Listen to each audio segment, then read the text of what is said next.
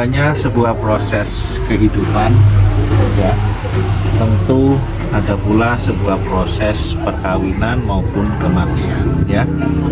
Bagaimana posisi hukum ketika orang tua meninggal dunia, kemudian mempunyai anak, ya kan? Selanjutnya terjadi perkawinan yang kedua, ya. Maka yang jelas antara si perempuan ini, si ibu ini dengan suami yang pertama harusnya bercerai terlebih dahulu, kemudian lanjut menikah lagi. Posisi anak dari perkawinan pertama, apakah mempunyai hak waris dari si ibunya ketika si ibu itu meninggal dunia, ya. Lalu bagaimana posisi suami setelah itu? Selama masih terikat perkawinan, si suami yang kedua pasti mempunyai hak waris, sedangkan suami yang pertama sudah bercerai tentu lepas hak warisnya. Nah, anak dari pasangan perkawinan kedua ketika mereka mempunyai anak pastilah juga mempunyai hak warisnya. Hal itu sesuai atau mengacu pada salinan putusan kami terkait mengenai penetapan waris, ya, di mana si bapak menunjuk kami selaku kuasa hukum, ya kan, untuk mengurus penetapan warisnya. Penetapan waris dari istrinya yang telah meninggal dunia itu, ya. Nah, ini dia poin-poinnya. Nah, sebagaimana berikut. Oke. Lanjut. Kemudian, ya kan.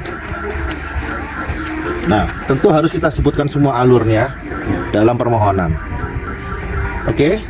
Singkat penanganan perkaranya yaitu berkaitan dengan hak warisnya yang saya katakan tadi.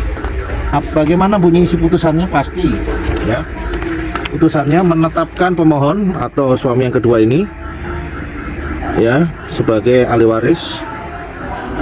Ibunya dulu meninggal dunia. Nah, kemudian karena dalam perkawinan itu si ibu yang meninggal dunia atau istri masih mempunyai orang tua, maka orang tuanya selaku ahli waris juga. Kemudian anak dari perkawinan pertama juga selaku ahli waris, serta klien kami. Nah, ini dia, ya, selaku suami juga selaku ahli waris ketiga anak kandungnya dari si ibu itu tadi, walaupun yang salah satu merupakan anak bawaan dari perkawinan yang pertama. Nah, adapun dasar hukum berkaitan dengan hal tersebut tentang waris, tentunya segala sesuatu kami berbicara pasti sesuai dengan aturan, ya.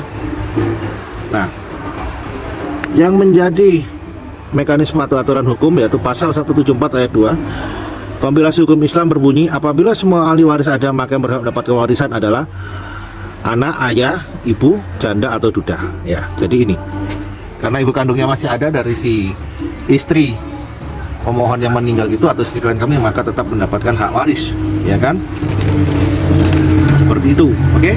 Jadi segala sesuatu itu tentu harus sesuai dengan norma atau aturan hukum yang berlaku. Thank you, selamat beraktivitas, tetap semangat and enjoy your day. See you.